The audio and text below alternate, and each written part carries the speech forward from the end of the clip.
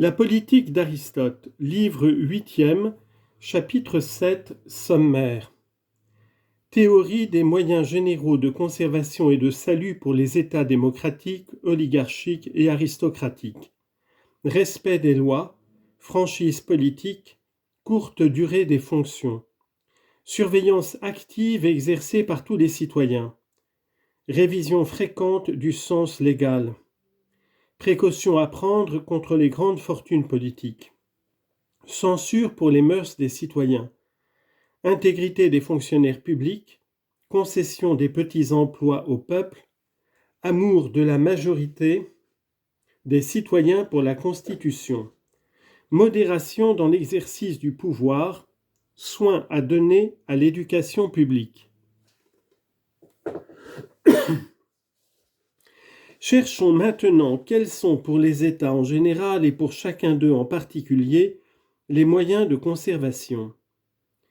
Un premier point évident, c'est que, si nous connaissons les causes qui ruinent les États, nous devons connaître aussi les causes qui les conservent. Le contraire produit toujours le contraire, et la ruine est l'opposé de la conservation. Dans tous les États bien constitués, le premier soin qu'il faut prendre est de ne point déroger en quoi que ce soit à la loi et de se garder avec la plus scrupuleuse attention d'y apporter même les plus faibles atteintes. L'illégalité mine sourdement l'État, de même que de petites dépenses souvent répétées finissent par ruiner les fortunes. On ne remarque pas les pertes qu'on éprouve parce qu'on ne les fait point en masse. Elles échappent à l'observation et dupent la pensée, comme ce paradoxe des sophistes, citation, « Si chaque partie est petite, le tout aussi doit l'être ». Or c'est là une idée qui est tout à la fois en partie vraie et en partie fausse, car l'ensemble, le tout lui-même, n'est pas petit, mais il se compose de parties qui sont petites. Il faut donc ici d'abord prévenir le mal dès l'origine. En second lieu, il ne faut pas se fier à ces ruses et à ces sophismes qu'on ourdit contre le peuple. Les faits sont là pour les condamner absolument. Nous avons déjà dit plus haut ce que nous entendons par sophisme politique, manœuvre que l'on croit si habile.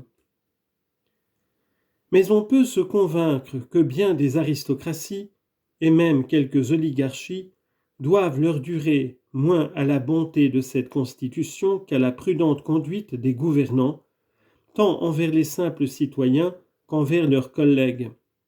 Soigneux d'éviter toute injustice à l'égard de ceux qui sont exclus des emplois, mais ne manquant jamais d'en appeler les chefs au maniement des affaires, se gardant de blesser dans leurs préjugés de considération les citoyens qui y prétendent et les masses dans leurs intérêts matériels, surtout conservant entre eux et parmi tous ceux qui prennent part à l'administration des formes toutes démocratiques.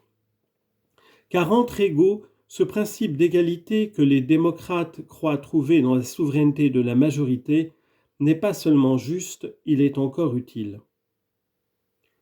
Si donc les membres de l'oligarchie sont nombreux, il sera bon que plusieurs des institutions qui la régissent soient toutes populaires, que par exemple les magistratures ne durent que 6 mois, parce que tous les oligarques égaux entre eux puissent les exercer tour à tour.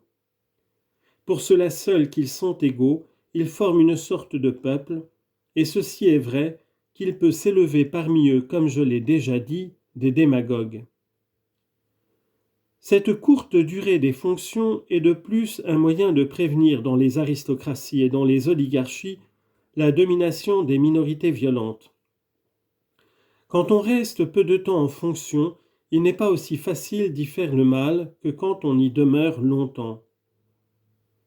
C'est uniquement la durée trop prolongée du pouvoir qui amène la tyrannie dans les États oligarchiques et démocratiques. Ou bien, de part et d'autre, ce sont des citoyens puissants qui visent à la tyrannie. Ici, les démagogues, là, les membres de la minorité héréditaire, ou bien ce sont des magistrats investis de quelques grands pouvoirs après qu'ils en ont joui longtemps. Les États se conservent non pas seulement parce que les causes de ruine sont éloignées, mais quelquefois aussi parce qu'elles sont imminentes. La peur alors fait qu'on s'occupe avec un redoublement de sollicitude des affaires publiques. Aussi les magistrats qui ont à cœur le maintien de la Constitution doivent-ils parfois, en supposant fort proche des dangers éloignés, préparer des paniques de ce genre pour que les citoyens veillent comme dans une alerte nocturne et ne désertent pas la garde de la cité. De plus, c'est toujours par des moyens légaux qu'il faut tâcher de prévenir les luttes et les dissensions des citoyens puissants et de prémunir ceux qui sont en dehors de la querelle avant qu'ils y prennent part personnellement. Mais reconnaître ainsi les symptômes du mal n'est pas d'un esprit vulgaire, et cette perspicacité n'appartient qu'à l'homme d'État. Pour empêcher dans l'oligarchie et dans la République les révolutions que la quotité du sens peut amener, quand il reste immuable au milieu de l'accroissement général du numéraire, il convient de réviser les cotes en les comparant au passé, soit tous les ans dans les États où le sens est annuel, soit dans les grands États tous les 3 ans ou tous les 5 ans. Si les revenus se sont accrus ou réduits, comparativement à ceux qui ont servi d'abord de base au droit politique, il faut pouvoir, en vertu d'une loi, élever ou abaisser le sens, l'élever proportionnellement au niveau de la richesse publique si elle s'est accrue, et en cas de diminution, le réduire dans une mesure égale. Si l'on néglige cette précaution dans les États oligarchiques et républicains, il s'établit bientôt ici l'oligarchie, là le gouvernement héréditaire et violent d'une minorité. Ou bien, la démagogie succède à la République ou la démagogie à l'oligarchie. Un point également important pour la démocratie, l'oligarchie, en un mot pour tout gouvernement, c'est de veiller à ce qu'aucune supériorité disproportionnée ne s'élève dans l'État. C'est de donner aux fonctions peu d'importance et une longue durée, plutôt que de leur abandonner en un seul coup une autorité fort étendue. Car le pouvoir est corrupteur, et tous les hommes ne sont pas capables de supporter la prospérité. Si l'on a pu organiser le pouvoir sur ces bases, on doit du moins se bien garder de le retirer tout à la fois, ainsi qu'on l'avait imprudemment donné. Il faut le restreindre petit à petit. Mais c'est surtout par les lois mêmes qu'il convient de prévenir la formation de ces supériorités redoutables, qui s'appuient sur l'immensité de la fortune, sur les forces d'un parti nombreux. Quand on a pu les empêcher de se former, il faut faire en sorte qu'elles aillent étaler leur importance à l'étranger. D'un autre côté, comme les innovations peuvent s'introduire d'abord dans les mœurs des particuliers, on doit créer une magistrature chargée de veiller sur ceux dont la vie est peu d'accord avec la Constitution. Dans la démocratie, avec le principe démocratique. Dans l'oligarchie, avec le principe oligarchique.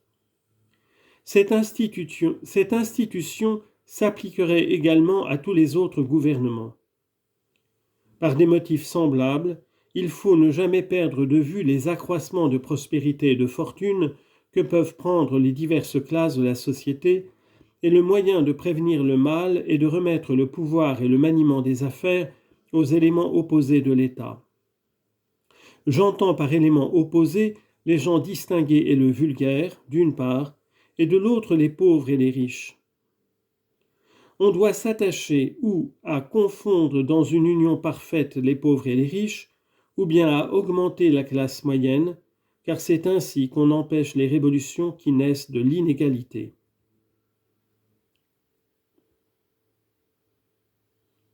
Voici un objet capital dans tout État. Il faut bien faire en sorte, par la législation ou tout autre moyen aussi puissant, que les fonctions publiques n'enrichissent jamais ceux qui les occupent. Dans les oligarchies surtout, ceci est de la plus haute importance. La masse des citoyens ne s'irrite pas autant d'être exclus des emplois, exclusion qui peut être compensée pour eux par l'avantage de vaquer à leurs propres affaires, qu'elle s'indigne de penser que les magistrats volent les deniers publics. Car alors, on a deux motifs de se plaindre, puisqu'on est à la fois privé du pouvoir et du profit qu'il procure.